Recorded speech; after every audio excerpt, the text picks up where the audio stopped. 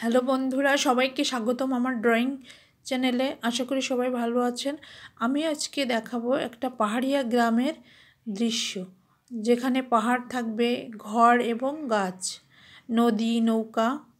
আমি প্রথমে একটা দাগ এঁকে নিলাম এবং দাগের উপর আমি দুটি ঘর আঁকবো এবং ঘরগুলো পাহাড়িয়া ঘরের মতো হবে, যেগুলো তলে বাঁশ দিয়ে তৈরি করা, যে ঘরগুলো মাচা ঘর যাকে বলে।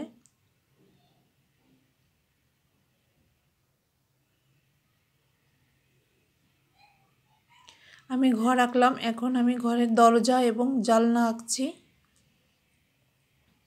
এখন আমি আরেকটি ঘর এঁকে নিচ্ছি। আমি উল্টো ভি দিলে আর চতুর্ভুজের মতো আঁকলে হয়ে যাবে ঘর। এখন আমি এই ঘরের দরজা জানলা দিচ্ছি। এখন আমি নিচের যে মাচাটা সেটা আঁকছি।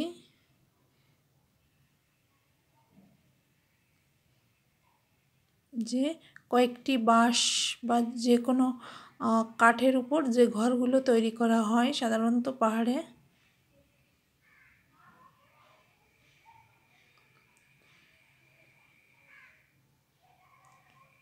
আমি ঘরের দরজায় কালো রং দিয়ে দিচ্ছি। এটা দূর থেকে দেখলে সহজে বোঝা যায় দরজা। এখন আমি একটি খেজুর গাছ আঁকছি। যেহেতু শীতকালের দৃশ্য এটা,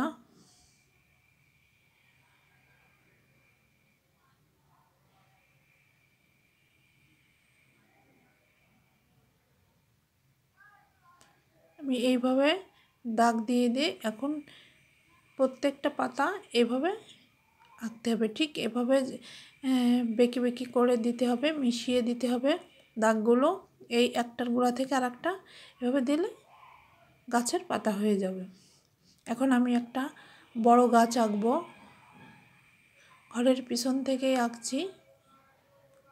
এখন আমি গাছের পাতা দিয়ে দেব, খুবই ইজি।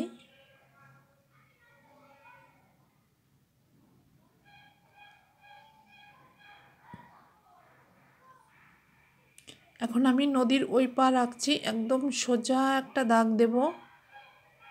এই ঘরের একদম প্রায় মাঝ বরাবর গিয়ে মিশাবো। এখন আমি একটা নৌকা আঁকছি।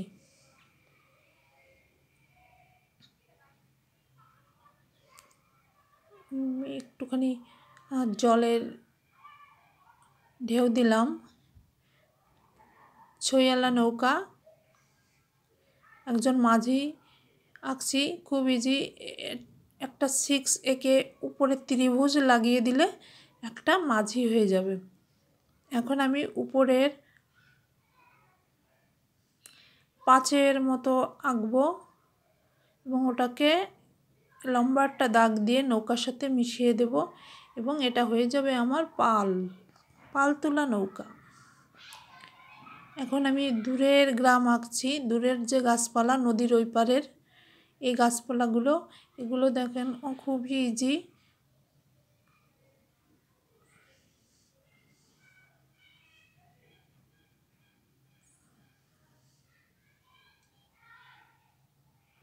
আমি খেজুর গাছের গায়ে একটুখানি কাটা কাটা দিয়ে দিচ্ছি, যে ডালগুলো কাটা হয়ে যায় ঠিক তার একটা স্টেপ বোঝা যায় যাতে।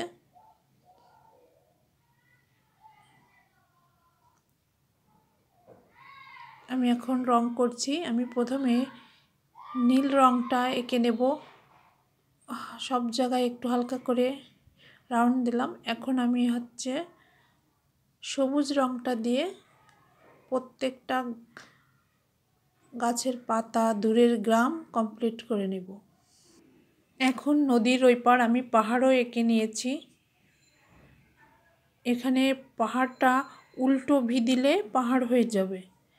এখন গাছে আমি খেজুর গাছে কফি কালার করছি।